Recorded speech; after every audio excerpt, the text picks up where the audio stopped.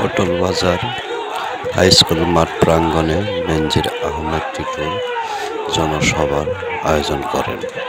সেখান থেকে নেতাকর্মীদের উদ্দেশ্যে বলেন, আপনারা হতাশ হবেন না, বিজয় সুনিশ্চিত। মনোনয়ন পরিবর্তনের লক্ষ্যে গণসংযোগ নেতাকর্মীদের সাথে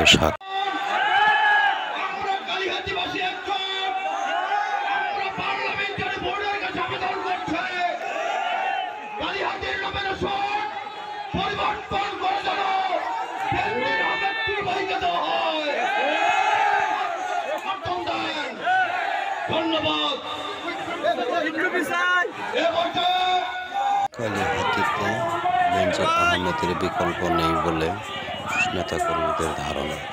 কালিহাতীর মনোনয়ন ঘোষণা দেওয়ার পর থেকেই চারদিকেই বেনজির আহমেদ টিটুর গণসংযোগ নেতাকর্মীদেরকে সাথে নিয়ে চালিয়ে যাচ্ছেন ব্যাপকভাবে কালিহাতীর মনোনয়ন পরিবর্তন করার জন্য। ওনাদের দাবি, কালিহাতীতে দুঃসময়ে বেনজির আহমেদ টিটুই কমিটি করে তারপর কাজ করে যাচ্ছেন, তার কোনো ভুল ত্রুটি নেই। ঢাকা বিভাগের সহসাংগঠনিক সম্পাদক হিসেবে দায়িত্ব পালন করে তার কোনো বিকল্প নেই। তাই কালিহাতীর মনোনয়নকে পরিবর্তন করে বিএনপি ধানের শীষের কাণ্ডারি হিসাবে মনোনয়ন দিতে হবে বেনজির আহমেদ টিটুকে।